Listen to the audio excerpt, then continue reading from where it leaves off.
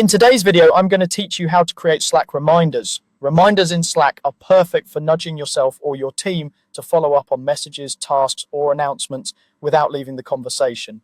I'll walk you through the simplest way to set them up so they're clear, timely, and useful. Start by heading to slack.com and opening your workspace in the browser or the desktop app. Once you're in, choose the place where the reminder should appear. Click into a channel if the reminder is for a team or project, or open a direct message if it's for a one-on-one conversation. Picking the right location keeps reminders visible to the people who need them. In the message field, type the note you want to remember.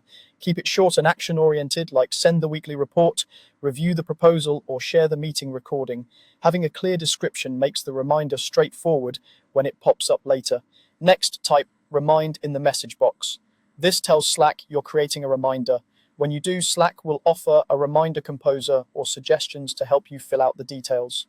You'll choose who should be reminded, what the reminder is, and when it should happen. For example, you can select a specific channel if the whole group needs the reminder, or pick yourself if it's just for you. If you're setting a reminder for yourself, you can target me, so only you receive it.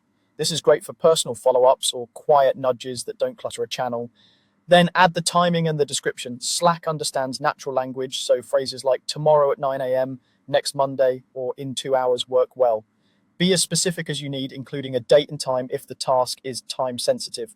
Before you finish, review the details, who is being reminded, what the message says, and exactly when it should fire. Clear timing avoids confusion, especially across time zones. If you're setting reminders in a channel, make sure the wording is relevant to everyone there. When everything looks good, click Save. Slack will confirm that your reminder is scheduled, and you'll see a small confirmation so you know it's set.